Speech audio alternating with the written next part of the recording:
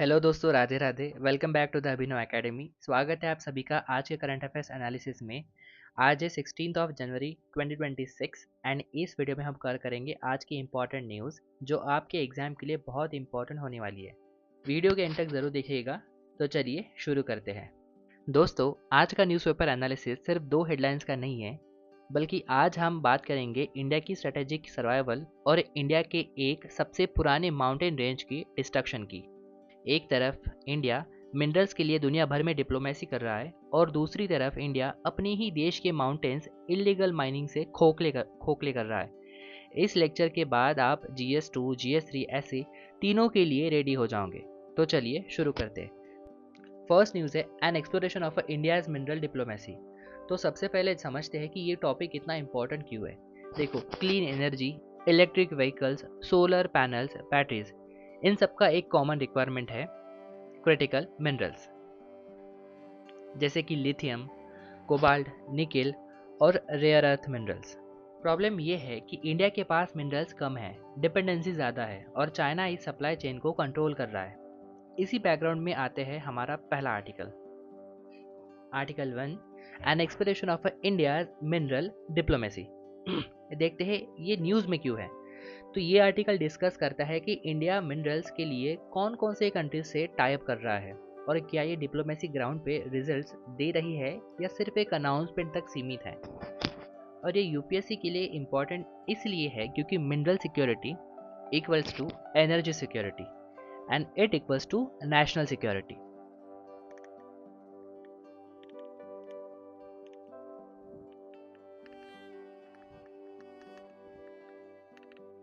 आइए इसे डीपली समझते हैं। आर्टिकल का सबसे इंपॉर्टेंट लाइन है, securing ore is not enough, the real choke point is processing.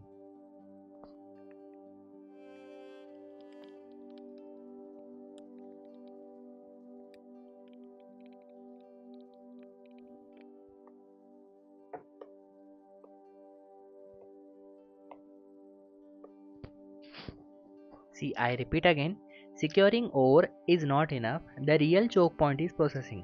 इसका मतलब ये है कि सिर्फ माइन खरीद लेने काफ़ी नहीं है। अगर प्रोसेसिंग, रिफाइनिंग और टेक्नोलॉजी दूसरे के पास है तो कंट्रोल भी उनका ही रहेगा।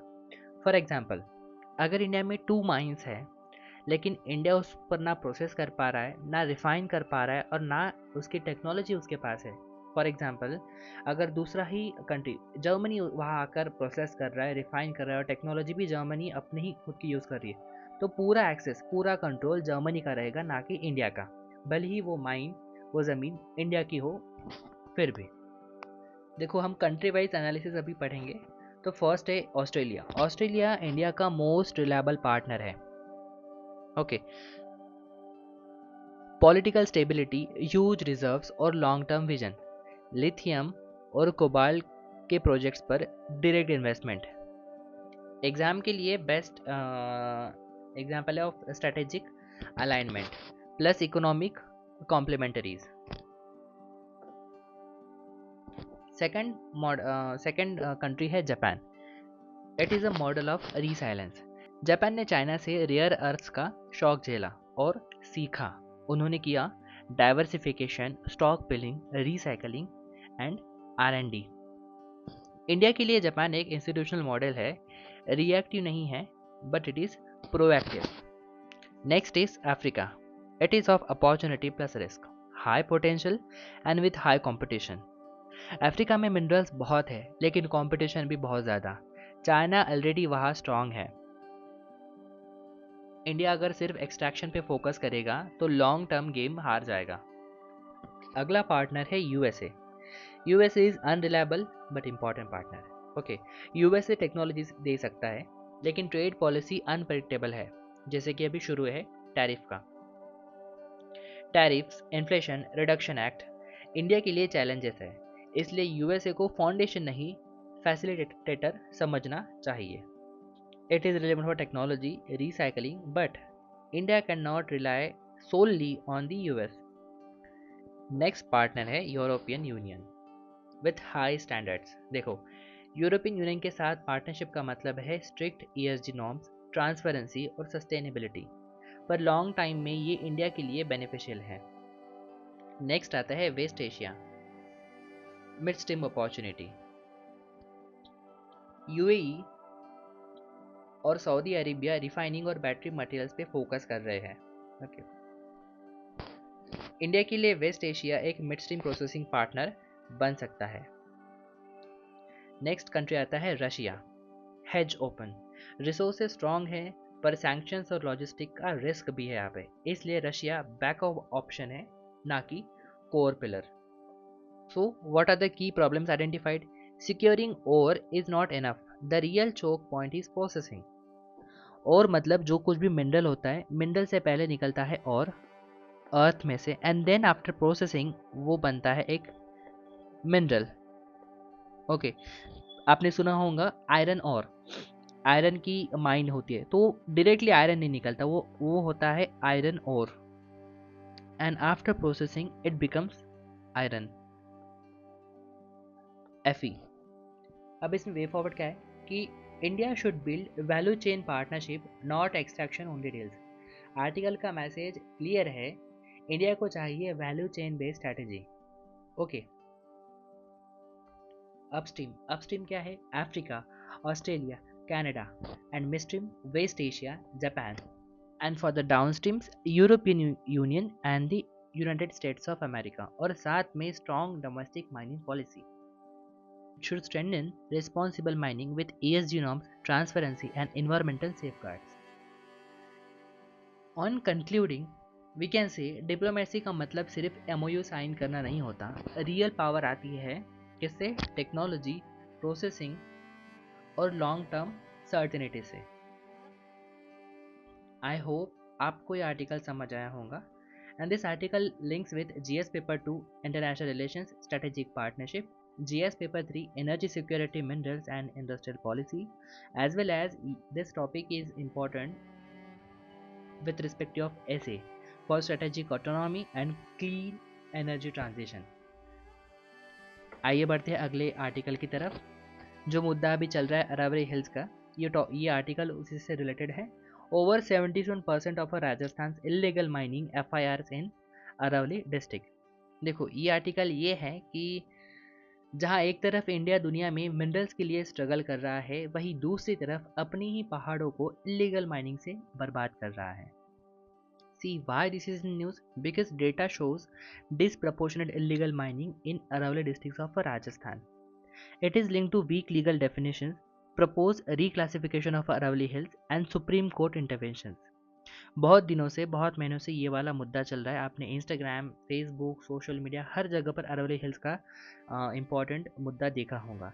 इसी के रिलेटेड ये वाला आर्टिकल है। आइए जानते हैं इसके कुछ डेटा, इम्पॉर्टेंट डेटा। देखो ध्यान से सुनिए, डेटा बहुत इंपॉर्टेंट है। राजस्थान के अरावली डिस्ट्रिक्ट में टोटल माइनिंग लीजेस का सिर्फ 45% है। यू कैन सी है सिर्फ 45%। जैसे 2020 से 2023 तक राजस्थान में इलीगल माइनिंग केसेस थे 28,166, और केसेस इन अरावली डिस्ट्रिक्ट थे 56%। FIR related to illegal mining वो थे 2671, and FIR from Aravalli district 2070, मतलब 77%। और आयरनी ये है कि लीगल मिनरल आउटपुट सिर्फ 40% है, मतलब कम प्रोडक्शन एंड ज़्यादा क्राइम। See why Aravallis are matters and why Aravallis are important to us. देखो अरावली सिर्फ पहाड़ नहीं है, ये डेजर्ट को रोकते हैं, ग्राउंड वाटर रिचार्ज करते हैं, और वाइल्ड लाइफ कॉरिडोर्स भी हैं ये। एंड अगर अरावली गए तो दिल्ली, हरियाणा, राजस्थान सब इम्पैक्ट होगा। इन सब को डेजर्ट होने से अब कोई नहीं बचा पाएगा अगर अरावली वैनिश्ड हो गए तो। Rajasthan hosts 16 out of 22 Aravali wildlife sanctuaries and 3 tiger reserve. आप मुझे इन 3 टाइगर रिजर्व के नाम कमेंट सेक्शन में बताइए।